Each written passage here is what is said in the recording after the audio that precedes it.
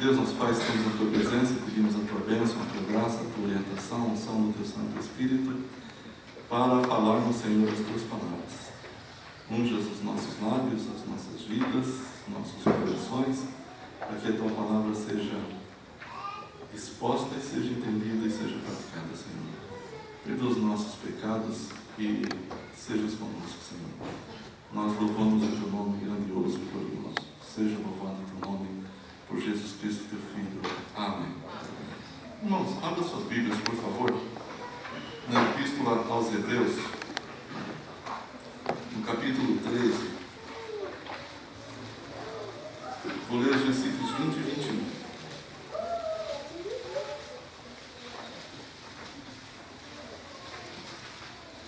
Hebreus 13, 20 e 21. O tema da nossa mensagem vai ser o eterno plano de Deus revelado em Jesus Cristo, ou em Jesus.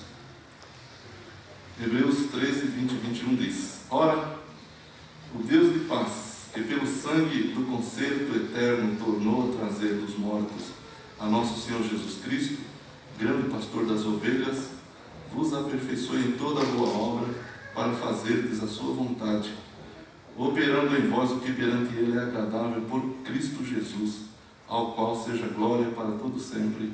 Amém. Vamos ler juntos esses dois versículos? Ora, o Deus de paz, que pelo sangue do concerto eterno tornou a trazer dos mortos a nosso Senhor Jesus Cristo, grande pastor das ovelhas, vos aperfeiçoe em toda a boa obra, para fazeres a sua vontade, operando em vós o que perante Ele é agradável, por Cristo Jesus, ao qual seja glória para todos sempre. Amém. Irmãos, podem sentar.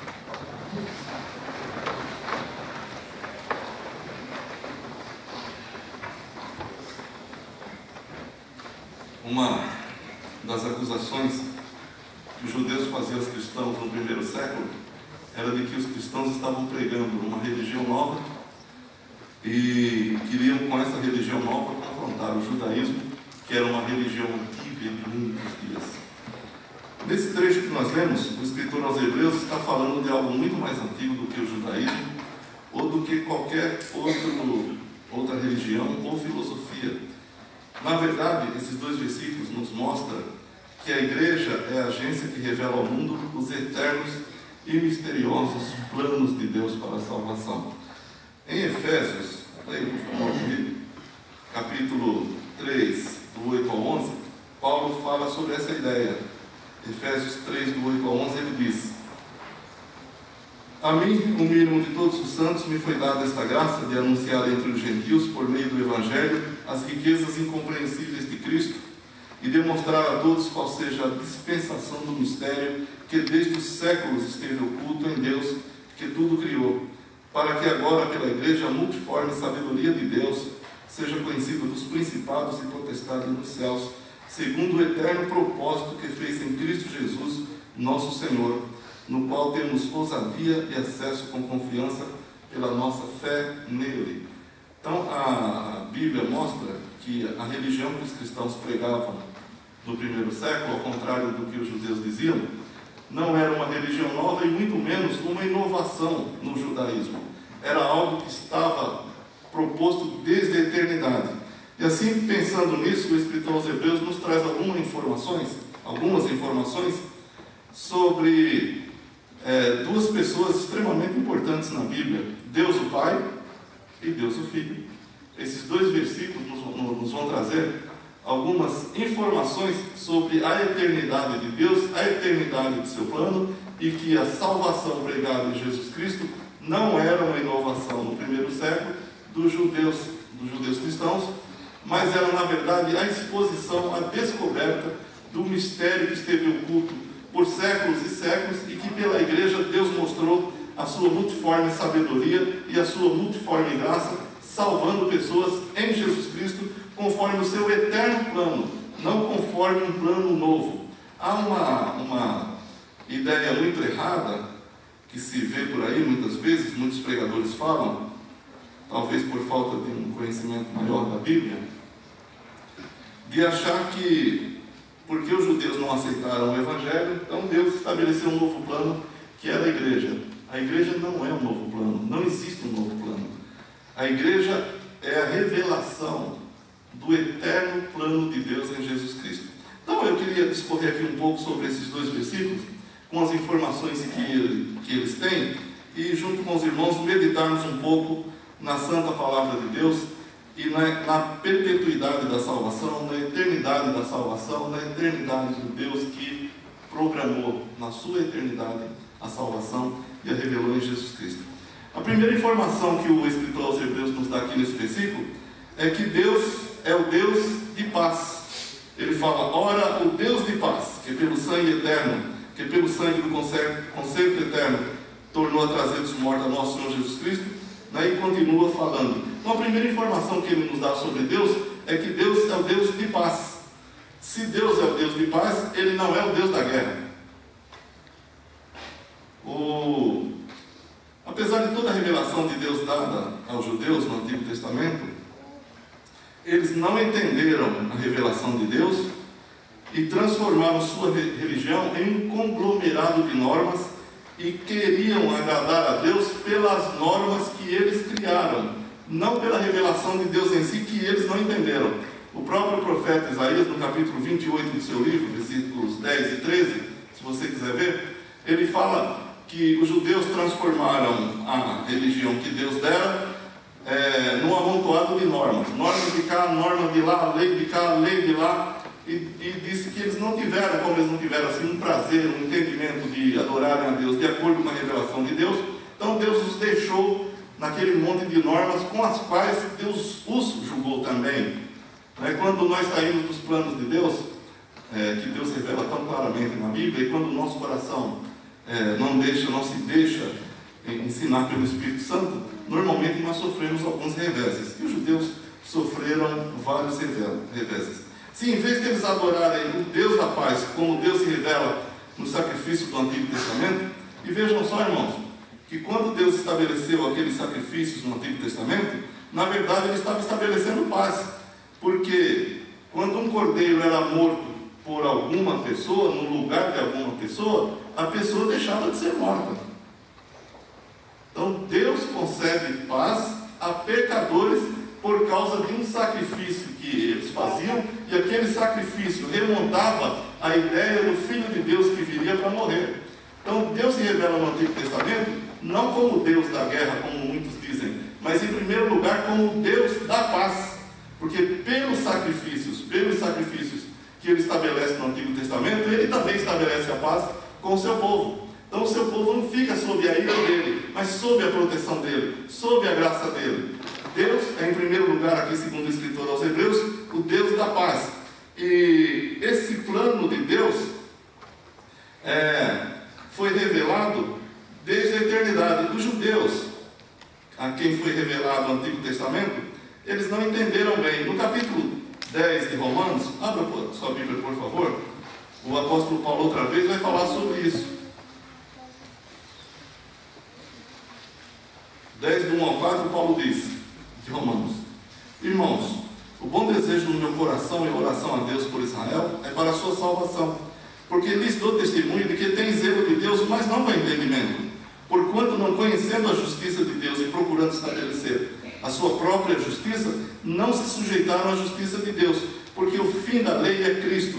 Entenda Cristo aqui como o Messias, porque o fim da lei é o Messias para a justiça de todo aquele que crê. Deus estabeleceu esse plano eterno, e lá em Gênesis 15:6, diz que Abraão creu em Deus, isso lhe foi imputado por justiça. Quer dizer, a salvação é pela fé desde o Antigo Testamento até hoje. Não existe um outro plano de salvação. Uma vez eu conversei com uma pessoa e ele dizia que os antigos se salvaram pelas obras. Eu falei, então, se eles se salvaram pelas obras, por que Deus mandou Jesus morrer? Não era necessário. Se eles se salvaram pelas obras, por que era necessária a morte de Jesus Cristo? Se eles se salvaram pelas obras, nós também poderíamos nos salvar perfeitamente. Então ele falou, eu não sei. Eu falei, como você acha que os crentes do Antigo Testamento eram salvos? Pelas obras. Eu falei, pelas obras não, pela fé. Mas eles nem sabiam que Jesus ia nascer. Essa pessoa era pregadora do Evangelho. Não era batista. Graças a Deus. Então, ele me disse isso. Ele não tem entendimento do que era. Eu falei, desde a antiguidade, o Senhor salva pela fé. Desde a antiguidade, Deus estabelece a paz pela fé no sacrifício do Messias que viria. Isso ele anuncia no Antigo Testamento inteiro. Todos os sacrifícios do Antigo Testamento apontam para Jesus Cristo. De maneira que quando Jesus foi ser batizado por João, certa vez Jesus ia passando ali no Evangelho de João, a gente lê isso, e João olha para Jesus e fala, eis o quê? O Cordeiro de Deus que tira o pecado do mundo. João Batista, que era um judeu, teve esse entendimento. O profeta Isaías, quando escreve no capítulo 53 do seu livro, sobre a salvação pela graça, ele diz que Jesus levou sobre si os nossos pecados, e pelas suas pisaduras nós fomos sarados. Quer dizer, desde o Antigo Testamento, o que nós vemos é uma substituição do pecador por um cordeiro. No Antigo Testamento era um cordeiro, efetivamente um cordeiro, era imolado em lugar do pecador, mas aquilo apontava para Jesus Cristo, aquilo era um ato de fé. O cordeiro em si não tiraria pecados, o escritor aos Hebreus nos fala sobre isso, mas a fé de que Deus proveria um meio, e é isso que Deus ensina no Antigo Testamento, que Deus proveria um meio através do Messias que viria e daria sua vida pelo povo. Isso é muito claro nos ensinos do Antigo Testamento. E os judeus não entenderam, como diz Paulo aqui aos Romanos capítulo 10, ele diz que eles, não conhecendo a justiça de Deus, procuraram estabelecer a própria justiça. E veja que o ser humano tem uma tendência muito grande para fazer isso. Ele não se submete ao Evangelho de Jesus Cristo, mas quer estabelecer a sua própria justiça. Hoje eu estava vendo por acaso, na TV, por acaso mesmo, não fui eu que pus, e tem uma entrevista lá com aquele Dr. Ray, o médico das estrelas de Hollywood. Então, perguntaram sobre Deus para ele lá. Ele falou assim, Deus é o nosso Pai, Deus é o nosso tudo. E eu quero muito estar diante de Deus. E para isso eu tenho que fazer muita coisa boa aqui, para ver se eu consigo chegar lá. Quer dizer, essa é uma ideia comum, ou não é? Todas as pessoas acham que para estarem diante de Deus, tem que fazer alguma coisa boa. Senão, não vão estar diante de Deus. Mas não é isso que a Bíblia ensina. A Bíblia ensina que o indivíduo é salvo pela fé. No livro de Abacuque, no Antigo Testamento, capítulo 2, versículo 4, final do versículo, diz, o justo pela sua fé viverá. Quer dizer, toda a mensagem de Deus é uma mensagem de paz. Seja no Antigo, seja no Novo Testamento. Deus é o Deus que estabelece a paz com aqueles que creem nele. Em Romanos 5:1, sendo pois justificados pela fé, temos paz com Deus. Então, Deus em primeiro lugar, segundo esses versículos que nós lemos aqui em Hebreus, o Deus de paz. Em segundo lugar, isso é uma mensagem que os crentes do Novo Testamento, no início do século, disseram para os judeus. Nós não estamos pregando uma religião nova, porque a mensagem do Deus de paz é uma mensagem já do Antigo Testamento. E outra coisa que eles diziam aos judeus é que, segundo o versículo que nós lemos, que Deus efetuou a ressurreição de Jesus Cristo para cumprir a sua eterna aliança. Não era algo que os cristãos daquele momento estavam inventando, dizendo tal, mas eles dizem, olha, Jesus foi ressuscitado por Deus para Deus cumprir a sua eterna aliança. Não era algo daquele momento, não foi porque os judeus rejeitaram naquele momento, foi porque Deus fez uma aliança de que redimiria o seu povo, enviando o seu próprio Filho para morrer pelo seu povo.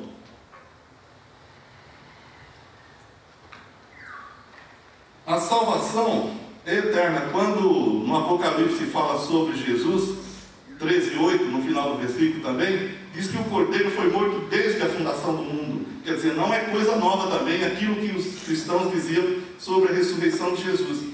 E eles citavam também muito Gênesis 3:15, quando Deus diz para Eva que da semente da mulher suscitaria o Redentor da humanidade. Vejam, queridos irmãos, que o plano de Deus para a salvação da humanidade não é uma coisa que pegou Deus de surpresa. Não é porque o homem pecou que Deus criou. Deus criou antes do homem pecar. Tudo já estava pré-ordenado por Deus, tudo já estava programado na mente de Deus, tudo seria realizado por Deus como de fato foi e é. A salvação não é algo minha, nem sua. Salvação é Deus quem faz. A salvação não somos nós que a programamos, foi Deus quem a programou. A salvação eu não adquiro pelos meus esforços, é Deus quem me dá pela sua graça. Se eu crer em Jesus Cristo, Ele me salva. O versículo de Romanos que tem na placa da nossa igreja, se quanto foi lido hoje aqui também, não foi? Se com a tua boca confessares ao Senhor Jesus e em teu coração creres que Deus o ressuscitou dos mortos, serás salvo. Mas esta salvação que Deus nos concede, ela não foi de hoje, ela não é de hoje. Isso faz parte dos eternos planos de Deus, não é coisinha do momento. Uma outra coisa interessante que o escritor aos Hebreus nos diz aqui, é que Deus, além de ser o Deus da paz, que pelo sangue do conceito eterno trouxe Jesus Cristo dentre os mortos, é o Deus que aperfeiçoa os crentes. Eu acho essa ideia de aperfeiçoamento dos crentes muito interessante, porque isso é algo muito significativo. Quando nós olhamos para nós mesmos, se você for sincero, ou sincera, quando você olha para dentro de você, você sabe que você é mau. Ou não? Você sabe que tem maldade no seu coração. Você sabe que tem pecados no seu coração. Você sabe que o seu pensamento não é um pensamento estritamente santo. Você sabe perfeitamente que quando você olha com sinceridade para você, você se vê um pecador ou uma pecadora. Ou não? Ou você se acha mais crente que os outros? Você não é. Não é. Nem um ser humano é. A Bíblia diz que todos pecaram e destituídos estão ou ficaram da glória de Deus. Não existe um pecador nessa terra sequer que tenha algo para agradar a Deus. Se não fosse Jesus Cristo, se não fosse pela misericórdia de Deus, nenhum de nós teria salvação.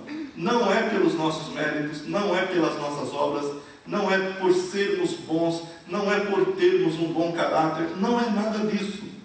Um preso lá, estuprador, que cometeu muitas maldades, se ouvir o Evangelho e for convencido pelo Espírito Santo, ele vai ser redimido por Jesus Cristo. Se um grande homem, pai de família, cumpridor de seus deveres, ouvir o Evangelho de Jesus Cristo, quero dizer que esse homem, cumpridor dos seus deveres, bom pai de família, trabalhador, honesto, e não tem Jesus Cristo, ele é tão pecador e vai para o mesmo inferno que iria um bandido que está na cadeia por cometer muitos crimes que não aceitou a Cristo. Qualquer pessoa neste mundo que não aceitou a Jesus Cristo não vai para os céus. Está sob a ira de Deus. Então, quando nós olhamos para dentro de nós, tem um corinho, não tem? Se tu olhares, Senhor, para dentro de mim, nada encontrarás de bom. Teve um tempo que eu tinha um certo preconceito contra esse corinho, mas depois eu passei a entender. Quando nós olhamos para nós, não existe nada de bom, não existe nenhuma coisa que agrade a Deus. Incrível, irmãos. Nós desagradamos a Deus quando não temos Cristo, até no bem que fazemos. Ser pecador não é só cometer certos pecados, é não aceitar a Cristo. Isso se chama impiedade na Bíblia. Impiedade é o quê? É não ter Cristo como Senhor e Salvador, é não ter fé no Cordeiro de Deus. Isso se chama impiedade. E os ímpios perecerão eternamente. Ímpio é todo aquele, repito, que não tem fé em Jesus Cristo. A Bíblia assim o diz. E quando nós nos olhamos, nós só vemos em nós impiedade. E não vemos outra coisa. Quando olhamos para o nosso futuro, ele é sombrio. Não há salvação. Muitas pessoas, como eu citei o Dr. Ray, que ele disse que queria fazer boas coisas para estar diante de Deus, e muitas outras pessoas estão tentando fazer a mesma coisa, e não vão chegar diante de Deus também, a não ser que no caminho sejam convencidos pelo Espírito Santo que são pecadores e sejam encontrados por Jesus Cristo. Aí eles terão salvação. Se não, eles continuarão na caminhada triste e sombria para a morte e para o inferno. Morte eterna. Mas aqui nesse versículo, nos diz uma coisa bem interessante, que Deus, além de ser o Deus da paz, e aquele que, pelo seu eterno plano, pelo seu eterno propósito, ressuscitou Jesus Cristo para cumprir a sua eterna aliança, diz também que Ele é aperfeiçoador dos santos.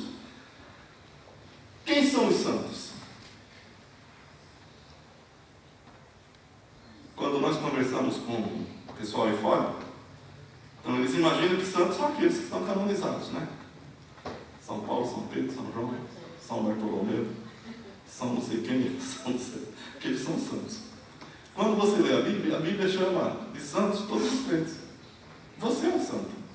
Eu lembro do José Carlos, marido da Edna, que ele falou na empresa que ele era santo, aí o pessoal ficou brincando, vou tocar no santo. Mas ele estava dizendo o que a Bíblia diz, né? Nós somos santos em Jesus Cristo, porque nós fomos santificados pelo Espírito Eterno, nós fomos santificados pelo sacrifício de Jesus Cristo. O sangue de Jesus Cristo nos limpou e nos lavou de todos os pecados. Lá em 1 Coríntios 4,4, Paulo diz, eu não me julgo, porque quem me julga é o Senhor. E é interessante quando nós nos pomos sob o julgamento de Deus. Como eu falei no início, se você é uma pessoa sincera e você se julga, você sabe que é pecador. Você sabe que não tem nada de bom no seu coração. Você sabe que está condenado mesmo.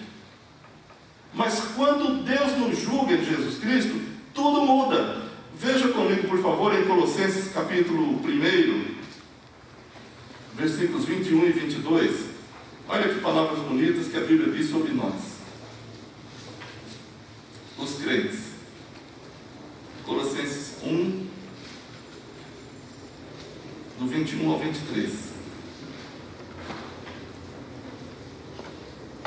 A vós também, que noutro tempo erais estranhos e inimigos no entendimento pelas vossas obras más, agora, contudo, vos reconciliou. Deus vos reconciliou no corpo da sua carne pela morte, para perante ele vos apresentar como santos, irrepreensíveis e inculpáveis. Olha, irmãos, quando nós nos olhamos, quando nós nos julgamos, nós não nos vemos dignos de Deus, nós não nos vemos dignos da salvação. Mas quando somos levados a Jesus Cristo e o sangue do concerto eterno que ressuscitou o nosso Senhor Jesus Cristo para a nossa justificação é espargido sobre nós, então Deus nos vê santos, inculpáveis e irrepreensíveis.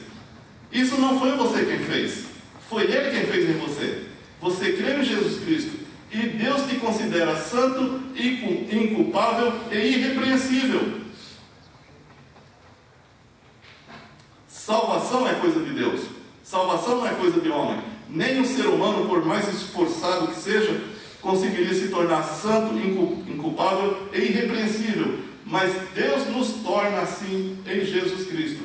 De maneira que você deve louvar a Deus. Porque desde a eternidade passada, Deus é o Deus de paz.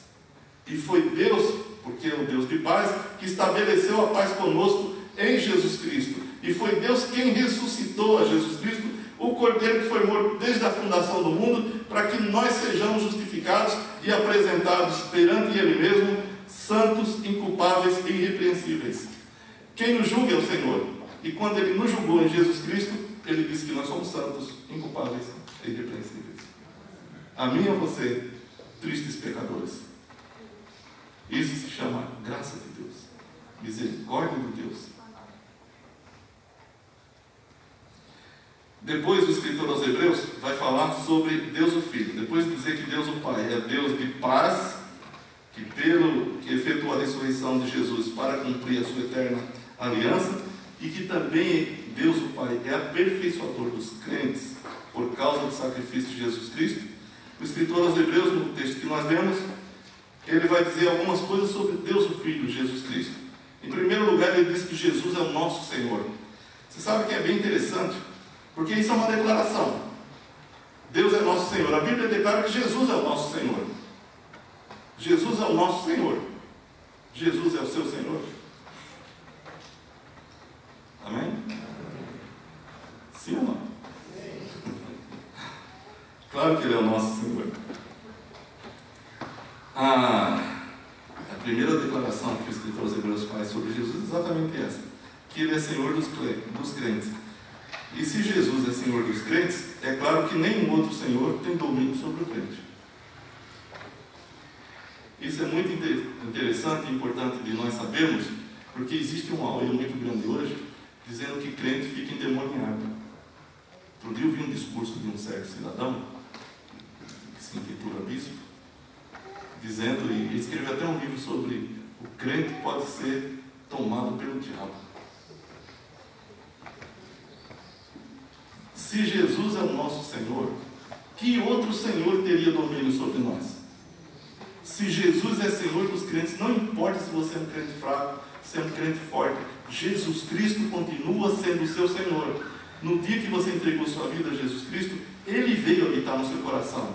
Ele disse que aquele que cresce nele, Ele e o Pai viriam e faziam no crente morada. E em outra passagem, lá no capítulo 6 de 1 Coríntios, diz que nós somos templo do Espírito Santo. Quer dizer, a Santa Trindade habita no crente.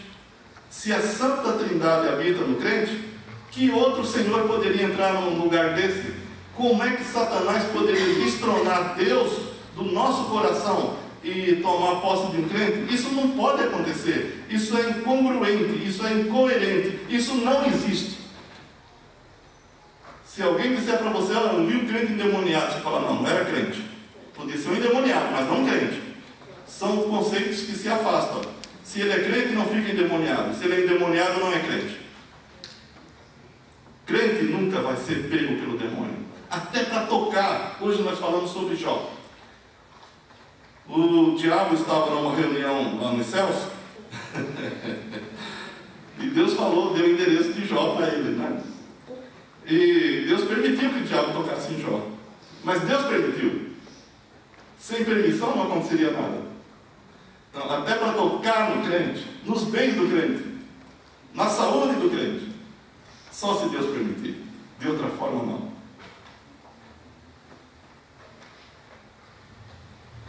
Jesus Cristo é o nosso Senhor. Isso é muito glorioso, isso é muito grandioso. Essa primeira declaração que o escritor aos Hebreus nos faz sobre Jesus Cristo, depois de falar sobre Deus o Pai e todas as características, diz que Deus o Filho é o nosso Senhor. E não existe um outro Senhor na vida do crente, senão nosso Senhor Jesus Cristo. Em Gálatas 2,20, tem um versículo que todos sabem de cor, né? Gálatas 2,20, já estou crucificado com Cristo e vivo, não mais eu, mas Cristo vive em mim. E a vida que agora vivo na carne, vivo pela fé no Filho de Deus, o qual me amou e se entregou a si mesmo por mim. Quer dizer, se eu vivo em Cristo, isso aqui não é experiência de Paulo, é experiência de todo crente. Todo crente vive em Jesus Cristo. Todo crente foi crucificado em Jesus Cristo. E em todo crente, Jesus Cristo exerce o senhorio. Jesus Cristo é o seu Senhor. E você não tem um outro Senhor na sua vida. Uma outra declaração que o escritor aos Hebreus faz nesse versículo que a gente leu, é que Jesus Cristo é o grande pastor das ovelhas. Que maravilha! Você tem um pastor como Jesus Cristo, né? Eu sempre digo que eu não tenho rebanho, eu cuido do rebanho de Deus. Então, às vezes nós os pastores, o meu rebanho é isso aqui, conversando sobre a igreja, né? Eu evito usar esse termo, porque eu cuido do rebanho de Deus. Amém? Vocês são ovelhas do Senhor. Não são ovelhas de Paulo Guedes. Vocês são ovelhas do Senhor. Eu sou um mero auxiliar. Está aqui por vontade exclusiva de Deus. Até o dia que Deus também quiser por sua vontade. Vocês são ovelhas do Senhor. Então, uma outra declaração que o escritor aos Hebreus faz a respeito de Jesus é que Jesus é o grande pastor das ovelhas. Ele é o nosso Senhor e é o grande pastor nosso também. É Ele que, como pastor, guia o seu rebanho, alimenta-o e conduz em segurança. E até quando nós andamos pelo vale da sombra da morte, nós não tememos mal nenhum, porque o nosso pastor está conosco. Salmo 23. O Senhor é o meu pastor, nada me faltará. Deitar-me faz em verdes pastos, guia-me mansamente às águas de descanso. O que mais? Vamos ler, né? Tem uma hora que falha, né? Mas a gente tem que... Vamos ler juntos esse salmo, que nós aqui, esse salmo declara que Deus é o nosso pastor.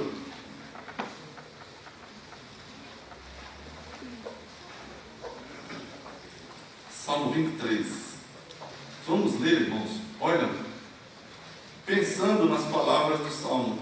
Veja, às vezes você fica meio assustado com as coisas da vida. Nós estamos um pouco assustados com os rumos que o nosso país está tomando, com a falta de governança, com tudo mais, mas de qualquer forma, Deus continua sendo o nosso Senhor, Deus continua sendo o nosso pastor, e como nosso pastor, diz o Salmo, o Senhor é o meu pastor e nada me faltará, deitar-me faz em verdes pastos, guia-me mansamente nas águas tranquilas, refrigera minha alma, guia-me pelas veredas da justiça, por amor do seu nome. Ainda que eu andasse pelo vale da sombra da morte, não temeria mal algum, porque tu estás comigo. A tua vara e o teu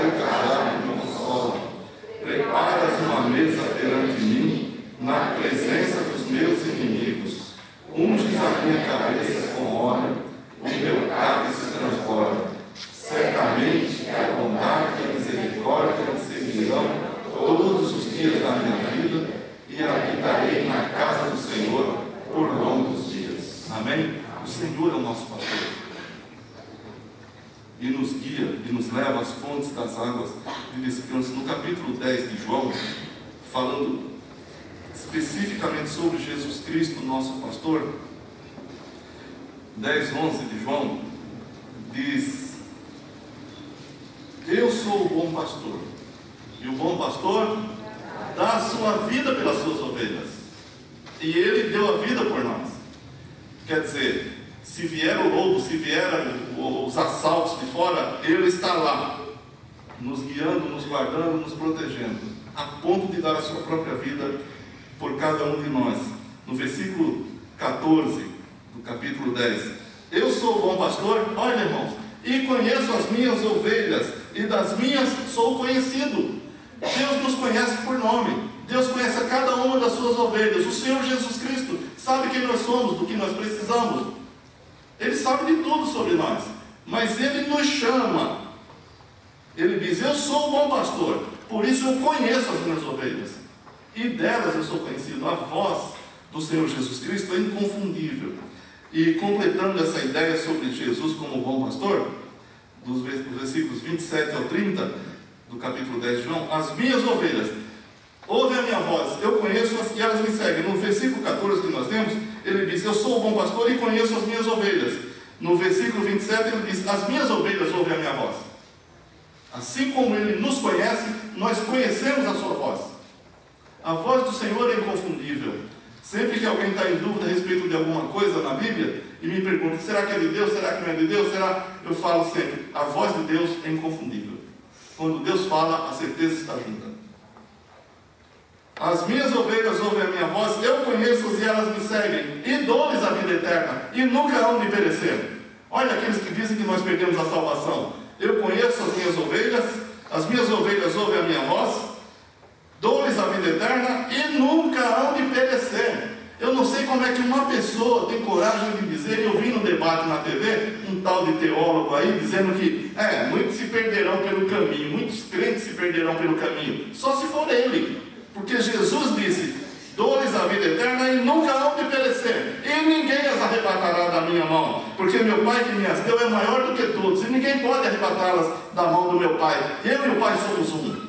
Então nós estamos seguros, efetivamente seguros, salvos, efetivamente salvos. Não há nada que tire a nossa salvação em Jesus Cristo. Nós somos salvos em Jesus Cristo. Ele é o nosso pastor, Ele é o nosso bom pastor. Ele deu a vida por nós, Ele dá a vida por nós. Ele nos segura, Ele nos faz chegar em segurança e nos apresentar perante o Pai, santos, inculpáveis e irrepreensíveis, para a glória dEle próprio.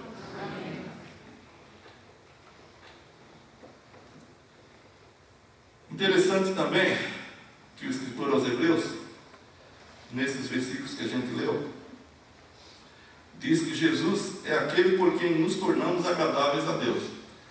Nós falamos há pouco que nenhum ser humano tem coragem de chegar diante de Deus e falar: olha, estou aí, estou salvo, fiz bastante coisa boa, agora só me salva.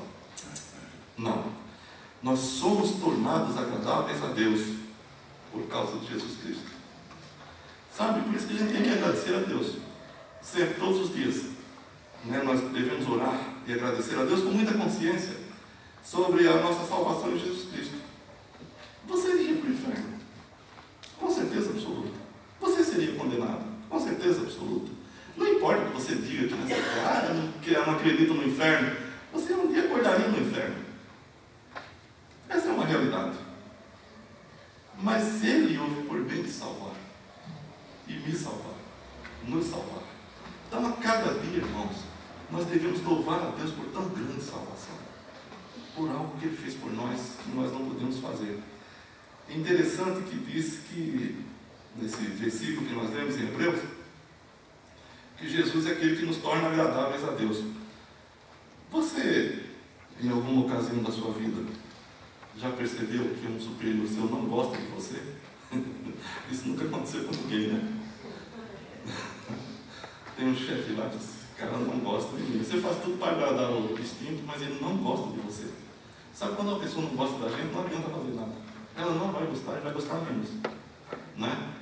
Então é entregar para Deus e deixar o barco correr. Se você tentar agradar uma pessoa que não gosta de você, você vai se tornar mais desagradável ainda. E nós éramos desagradáveis diante de Deus. O nosso cheiro repugnava o nariz de Deus. A nossa presença repugnava a santidade de Deus. Mas em Jesus Cristo, Deus se agrada de nós. Lá em 1 João 2,2 diz que Ele é a propiciação, propício. Jesus tornou Deus propício, ou agradável a nós, e nós somos agradáveis a Ele por Jesus Cristo. Vejam só, éramos seres humanos completamente desagradáveis diante de Deus. Mas em Jesus Cristo, Deus se torna propício a nós, e nós somos agradáveis a Deus. Lá nos Salmos diz que Ele tem prazer em nos ouvir, porque nós nos tornamos agradáveis a Ele em Jesus Cristo. E uma outra coisa que esse versículo nos fala sobre Jesus Cristo é que Jesus Cristo é detentor da glória eterna. Lá no Evangelho de João, capítulo 1, versículo 14, diz que Ele habitou entre nós e nós vimos a sua glória como a glória do unigênito do Pai, cheio de graça e de verdade. Quer dizer, tudo que nós podemos conhecer de Deus estava em Jesus Cristo. No versículo 18 do capítulo 1 de João, diz que ninguém conheceu a Deus a não ser aqueles que Jesus trouxe a revelação de Deus. Diz assim literalmente o versículo 1,18 de João. Deus nunca foi visto por alguém. O Filho unigênito que está no seio do Pai, este fez conhecer. Quer dizer, tudo que nós podemos saber a respeito de Deus está resumido na pessoa de Jesus Cristo. E quando Jesus esteve na terra, Ele disse que veio para fazer a vontade de Deus ou para manifestar a glória de Deus aos homens. E no capítulo 17 de João, falando sobre a sua própria glória, olha que versículo interessante. 17, 22, quando Jesus ora por nós, Jesus diz ao Pai, falando dos seus discípulos: dê-lhes a glória que a mim me destes. Já pensou nisso?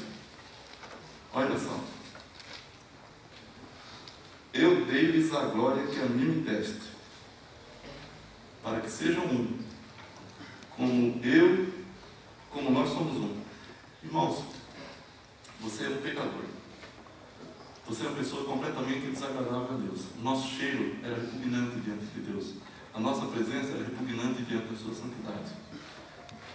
Mas um dia nós fomos alcançados pela graça de Deus e por Cristo nós fomos tornados agradáveis a Deus. E de tal forma Ele nos amou e nos trouxe em tanta consideração que Jesus diz: eu dei a todos os crentes a glória que a mim me destes. Eu estou olhando aqui para pessoas que têm a glória de Deus dada por Jesus. Você sabe que quando nós olhamos uns para os outros, às vezes temos algumas diferenças, né? E a gente não gosta da pessoa, né?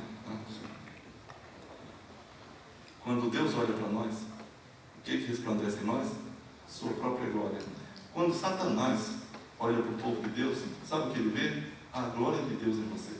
Por isso que ele não te toca. Não é porque você é poderoso, é porque sobre você paira a glória de Deus que Jesus Cristo deu. Deles a glória que a mim me destes, para que eles sejam um como nós o somos. Então, o Senhor Jesus quer a unidade do seu povo. E nessa unidade do seu povo, manifesta-se com mais veemência ainda a glória de Deus. À medida que o povo de Deus se une para orar, para pregar, para aprender a palavra, para ensinar a palavra, para fazer a vontade de Deus, a glória de Deus está manifestada de uma forma muito grande. Talvez nós não a vemos, e não a vemos, mas ela existe, e é real. Para finalizar, irmãos, quero dizer o seguinte: esses dois versículos nos revelam um resumo do eterno plano de Deus para a salvação do mundo. E este escritor aos Hebreus nos resume esse plano glorioso nesses dois versículos. Deus quis redimir pessoas e para isso Ele preparou o seu plano de salvação baseado no sacrifício do seu próprio Filho. Romanos 5,12 diz que Deus prova o seu amor para conosco. 5,12 não. Que Cristo morreu por nós, 5,8, né? Sendo nós ainda pecadores. Então, Deus quis salvar pecadores Mas a salvação de pecadores, para a salvação de pecadores, estava incluído o sacrifício do seu próprio Filho, e Ele deu. E porque nos deu seu Filho, nós fomos tornados agradáveis a Deus através dele, que é o detentor da glória eterna de Deus. Glória é essa que Ele repartiu conosco, a sua igreja. Eu tenho muito receio quando pessoas se opõem à igreja de Deus, porque você está se opondo a Deus. Quando Saulo ia no caminho de Damasco e veio aquela voz do céu: Saulo, Saulo, por que me persegues? A voz não perguntou: por que você persegue a igreja? Jesus disse: por que você me persegue? Porque a igreja é o corpo de Cristo, é a detentora da glória de Deus aqui na terra, dada pelo próprio Senhor. Então cuidado, tá? Quando você for falar da igreja, você mede suas palavras, que Deus não vai te ter por inocente. A igreja é o corpo de Jesus Cristo. No livro de Atos fala que é a igreja de Deus que Ele resgatou com o seu próprio sangue. A igreja é a agência salvadora de Deus na terra. Esse povo cheio de defeito é o povo que detém a glória do Senhor Jesus Cristo, salvos graciosamente por Ele. É claro que Ele quer que a gente viva em santidade. E à medida que o Santo Espírito de Deus se revela em nós, nós podemos viver uma vida com o auxílio do Espírito Santo que agrade a Deus, que os nossos pecados cada vez mais deixem de existir na nossa vida. Mas isso é outro assunto. Aqui, por enquanto, nós devemos, como diz o escritor aos Hebreus, no capítulo 2:3, atentarmos para essa tão grande salvação, a qual, começando a ser anunciada pelo Senhor, foi depois confirmada pelos que a ouviram, testificando Deus com Ele por sinais e prodígios maravilhosos. Irmãos, que fique esta mensagem nos nossos corações, que esse plano de Deus aqui tão bem resumido pelo escritor aos Hebreus, faça com que nós sejamos pessoas gratas a Deus e procuremos viver a vida que lhe agrada. Ora, o Deus de paz, que pelo sangue do conserto eterno tornou a trazer dos mortos a nosso Senhor Jesus Cristo, grande pastor das ovelhas, vos aperfeiçoe em toda boa obra, para fazeres a sua vontade, operando em vós o que perante Ele é agradável, por Cristo Jesus, ao qual seja glória para todo sempre. Amém. Que Deus nos abençoe nesta noite, que a palavra dele frutifique em nossos corações, que a sua graça seja transbordante nas nossas vidas, que nunca nos esqueçamos que só pela graça e pela misericórdia de Deus, por causa do seu plano eterno, pela ressurreição de Jesus Cristo, é que nós nos tornamos agradáveis a Deus. O que nós devemos fazer? Vamos falar para os outros dessa tão grande salvação. Amém? Que Deus nos abençoe e nos ajude. Vamos orar. Deus, nosso Pai, estamos na Tua presença, agradecidos por essa tão grande salvação que o Senhor idealizou e realizou na pessoa do Teu Filho e nos torna acessível através da obra do Teu Santo Espírito, Senhor. Louvamos o Teu nome grandioso, glorioso, que enche toda a terra, Senhor. Que todo o Teu povo tenha essa consciência da Tua salvação e te deem louvores, eternos louvores, para sempre louvores, Senhor Deus, durante a nossa existência nesta terra e por toda a eternidade. Nós te louvaremos com certeza por essa tão grande salvação. Seja louvado o Teu nome, Senhor. Pedimos que nos despeças depois na Tua paz, na Tua graça, nos faça chegar em segurança aos nossos lares, nos dê uma semana muito abençoada, tenha misericórdia dos nossos enfermos, dos nossos desempregados, Senhor, e do nosso país, para que tudo possa correr para a glória Tua e para o benefício de todos nós. Em nome de Jesus, o nosso Senhor, porque oramos agradecidos.